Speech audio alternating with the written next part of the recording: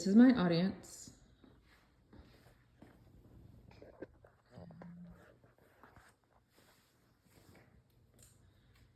Hi, I'm sure most of you have seen a duck before, but like me, I bet your knowledge about ducks doesn't extend further than how they quack or what they look like. But lucky for you, I'll be giving a brief overview about ducks today. I will begin with the characteristics that all ducks have, and then I'll explain the different groups that ducks are in, as well as the reproduction. The thing that surprised me the most was how many different duck species there are. According to authors Lori Gammon and James Hambrick in their book, Ducks, Habitat, Behavior, and Diseases, there are over 150 duck species worldwide. In an article by animalspot.net, it states that ducks are aquatic birds who live in pretty much any water bodies around the world. They're related to geese and swans, but they have a much shorter neck and shorter bodies. Their lifespan is anywhere between 2 to 12 years. The one that we recognize the most, the mallard duck, he has a lifespan of 5 to 10 years in the wild. They all have an oily coating on their feather that makes them waterproof, helps keep them dry and stay warm. They have webbed feet that work like paddles in the water that help them really good with swimming. They have flat beaks with pectin, which is like a comb-like substance on their beak that helps them clean their feathers and hold on to slippery food. And they're omnivores like you and I. They eat a variety of aquatic plants, insects, worms, amphibians, small mollusks, and there's a few species that are adapted to capture large fish. But did you know that there are different groups of ducks? According to the Texas Waterfowl, written by William Johnson and Mark Lockwood, ducks are placed into various groups, such as diving ducks, dabbled ducks, and perching ducks. These are the three main groups. There are others, but these are, for instance, the ruddy duck can be put into a different group as well as a diving duck. This video is of a diving duck I saw on the Northwest Vista College campus of a double-crested cormorant duck. It shows how they dive for food. As you can see, he kind of just goes underwater and he doesn't come back up.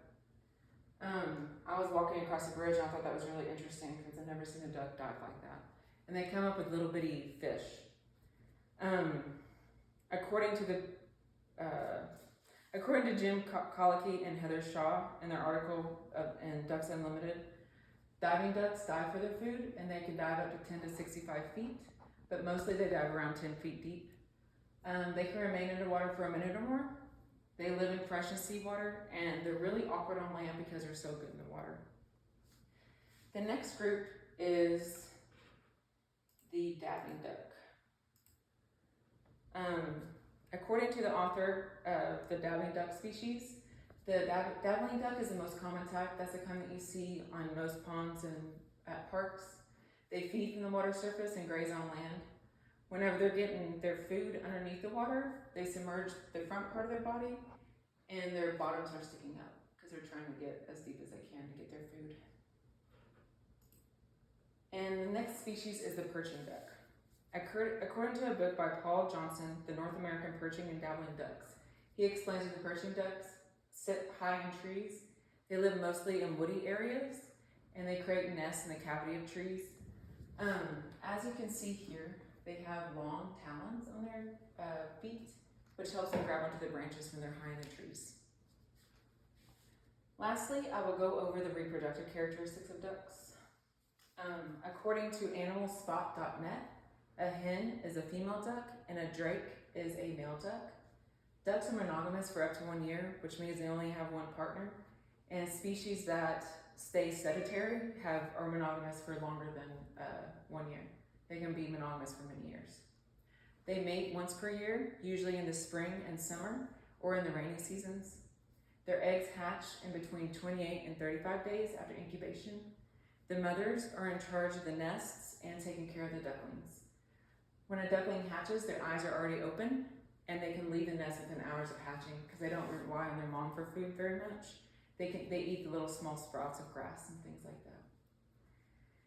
Now, I hope I've added to your knowledge about ducks, and the next time you're at a park and you see one, you'll be able to tell your friends about the vast knowledge about ducks that you have now. You'll be able to tell them about the various characteristics ducks have, the different groups they're put in, and how they reproduce. I appreciate your time. Thank you.